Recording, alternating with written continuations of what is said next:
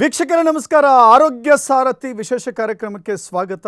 ನಾನು ದಶರಥ್ ಸಾವೂರು. ಇವತ್ತಿನ ನಮ್ಮ ಅತಿಥಿ ಆರೋಗ್ಯ ಸಚಿವರಾಗಿರುವಂಥ ಯುಟಿ ಖಾದರ್. ಯುಟಿ ಖಾದರ್ ಅವರೇ ನಮಸ್ಕಾರ, ಕಾರ್ಯಕ್ರಮಕ್ಕೆ ಸ್ವಾಗತ. ನಮಸ್ಕಾರ. ನೀವು ಸಚಿವರಾಗಿದ್ದು ಯಾವ ಕೋಟಾದಲ್ಲಿ? ಕಾಂಗ್ರೆಸ್ ಕಾರ್ಯಕರ್ತನ ಕೋಟಾದಲ್ಲಿ. ಓಕೆ, ನಾನು ಅಂದ್ಕೊಂಡೆ ಮೈನಾರಿಟಿ ಕೋಟಾ ಇರಬೇಕು ಅಥವಾ ಮೆರಿಟ್ ಕೋಟಾ ಇರಬೇಕು ಅಂತ. ಇಲ್ಲ, ಕಾಂಗ್ರೆಸ್ ಕಾರ್ಯಕರ್ತನಾಗಿ ಬಹುಶಃ ಇವತ್ತು ಇದ್ದರೆ ಅದು ಎಲ್ಲದಕ್ಕೆ ವ್ಯಾಪ್ತಿ ಒಳಪಡ್ತದೆ. ಓಕೆ, ಅದರಲ್ಲಿ ಮೈನಾರಿಟಿ ಕೋಟಾ ಒಳಪಡ್ತದೆ, ಮೆರಿಟ್ ಕೂಡ ಒಳಪಡ್ತದೆ. ಅಲ್ಟಿಮೇಟ್ ಕಾಂಗ್ರೆಸ್ ಕಾರ್ಯಕರ್ತ ಮುಖ್ಯ ಫೌಂಡೇಶನ್ ಅದಕ್ಕೆ. ಈಗಿರುವ ಸಚಿವ ಸಂಪುಟದಲ್ಲಿ 14 ಜನ ಇದ್ದೀರಿ, ಇನ್ನು 20 ಸಚಿವ ಸ್ಥಾನಗಳು ಖಾಲಿ ಇದ್ದಾವೆ. ಇನ್ನೇನು ಕೆಲವೇ ದಿನಗಳಲ್ಲಿ ಭರ್ತಿ ಆಗುತ್ತೆ. ಆ ಸಂಪುಟದಲ್ಲಿ ಮುಸ್ಲಿಂ ಸಚಿವರನ್ನು ನಿರೀಕ್ಷೆ ಮಾಡಬಹುದಾ? ಖಂಡಿತ ಮಾಡ್ಬೋದು.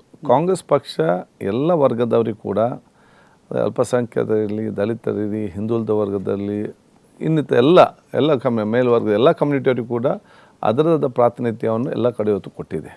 ನಿಮ್ಮನ್ನ ಮುಸ್ಲಿಂ ಸಮುದಾಯದ ಶಾಸಕ ಎನ್ನುವ ಕಾರಣಕ್ಕಾಗಿ ಸಚಿವರನ್ನಾಗಿ ಮಾಡಿಲ್ಲ ಹಾಗಾದರೆ?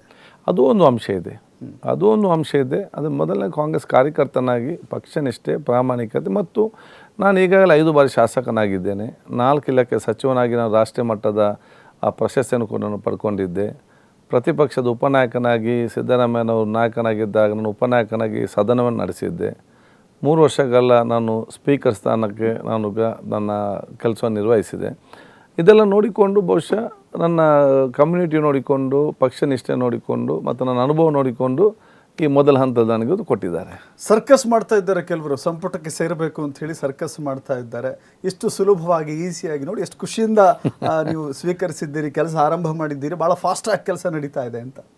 ಇಲ್ಲ, ಯಾಕೆಂತ ಹೇಳಿದರೆ ಅದು ಯಾವುದೇ ಒಂದು ಕೆಲಸವನ್ನು ಇಷ್ಟಪಟ್ಟರೆ ಆಯದಲ್ಲಿ ಸಾಮಾಜಿಕ ಬಹುಶಃ ಅದನ್ನು ಸಂತೋಷದಿಂದ ಕೆಲಸ ಮಾಡಲಿಕ್ಕೆ ಖುಷಿ ಆಗ್ತದೆ. ಅದರಲ್ಲಿ ನಮಗೆ ಆಯಾಸ ಅಂತ ಆಗೋದಿಲ್ಲ ಎಷ್ಟೇ ಕೆಲಸ ಮಾಡಿದರೂ ಕೂಡ.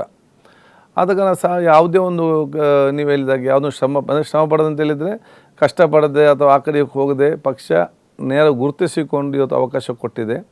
ಅದಕ್ಕೆ ಅನುಗುಣವಾಗಿ ಕೆಲಸ ಮಾಡೋಣ ಜವಾಬ್ದಾರಿ.